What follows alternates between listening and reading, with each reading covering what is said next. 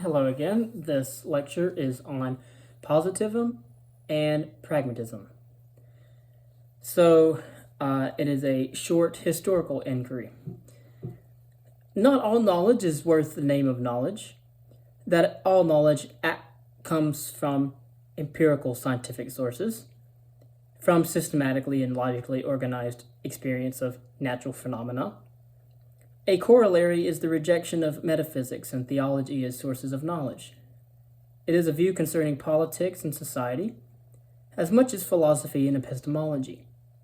Humanity's attempts to explain the world developed through three historical phases: the theological, relying on supernatural explanations; the metaphysical, the first speculative efforts in history with regard to naturalistic explanation were made in terms of unknown forces and principles; the positive, in which scientific understanding has been achieved of the scientific laws that govern our universe.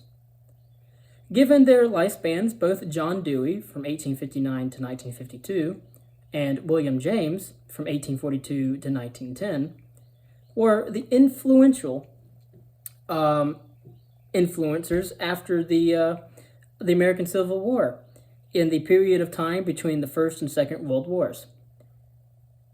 A contemporary of their time, Alexander Bain, not very commonly known, from 1818 to 1903, was a Scottish philosopher and psychologist who was one of the first pioneers to apply scientific methods in psychology.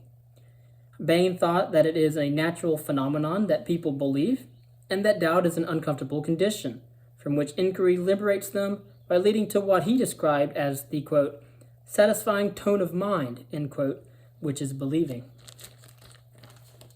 C.S. Peirce, on the other hand, thought that inquiry is a process aimed at correcting and adapting behavior so that inquiry is more effective in the world.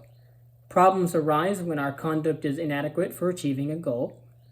The solution to the problem is finding a rule of action that solves the problem and advances humans towards accomplishing the intended goal.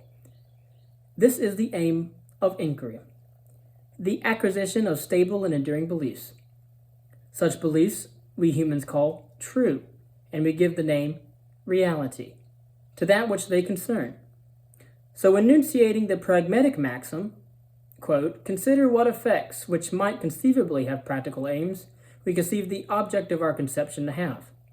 Then our conception of these effects is the whole of our conception of the object. And this is from How to Make Our Ideas Clear. An operational definition, or what a thing is characterized by, what the thing does. Truth then is attained when the application of scientific method has eliminated beliefs of no practical worth and settled on those that prove their utility. This takes into consideration the acknowledgement that beliefs which are widely held at one point in time might come to be revised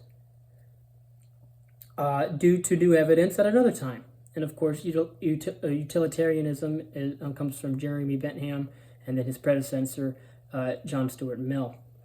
Now, indeed, it is equally obvious that there are useful falsities and truths that have no practical utility, and it is a fact that believing in something that is useful is actually no guarantee of its truth. This is the view of the psychologist and philosopher William James.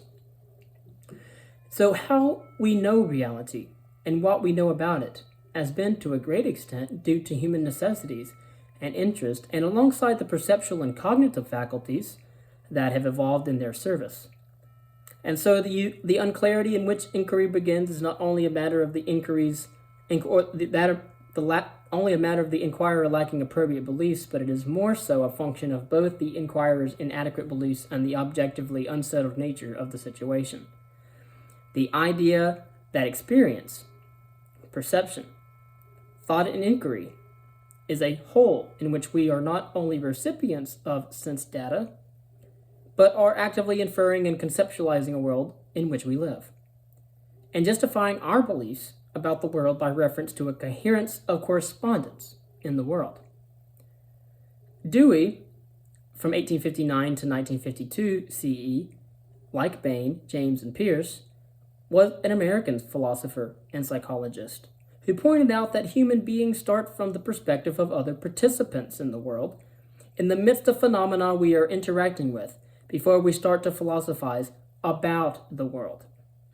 Peirce argued accepting the fallibility of beliefs is not equivalent as thinking that they are false, and is consistent with optimism that all inquiry will eventually converge on many of them, thus leading to their validation.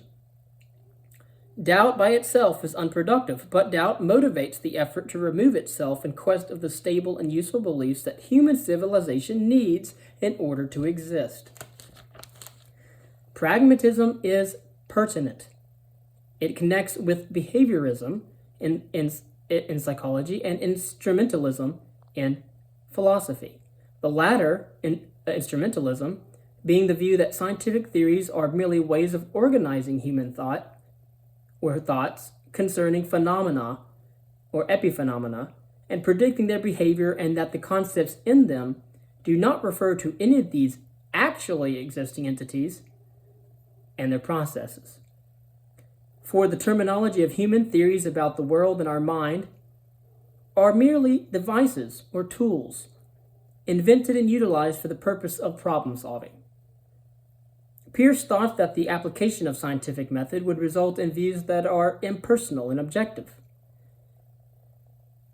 and an outlook for inquirers regardless of if they were academical scholars or ordinary plain folks. So beliefs that satisfy or fulfill are the observational outcomes of their direct application. While Peirce was interested in making philosophy more scientific, James made philosophy more psychological. Let me say that again. Peirce was interested in making philosophy more scientific, but it was James who made philosophy more psychological. So Dewey's interest and focus was on society and human social ethics. He thought that beliefs are instruments made by human beings in order that they can successfully navigate the social reality that they inhabit. Accordingly, identifying only the beliefs that merit approval comes by the idea of a rational human being and a rational human community, which is produced only through education. Not all humans understand philosophy and politics, and so in reality, educating between competitor beliefs requires the happenstance of preferences and nothing more. Not all the communities are rational in their beliefs concerning what constitutes truth. All skepticism, however, requires as much justification as belief, and no beliefs are immune to the possibility of revision or elimination based on new evidence to the contrary, and considerations concerning the practical application of human beliefs are constantly constraining what individual humans can say and think in a rational world. Truth is not always relative to social context. Rather, truth is always relative to a specific context that is both historical and cultural. Thank you.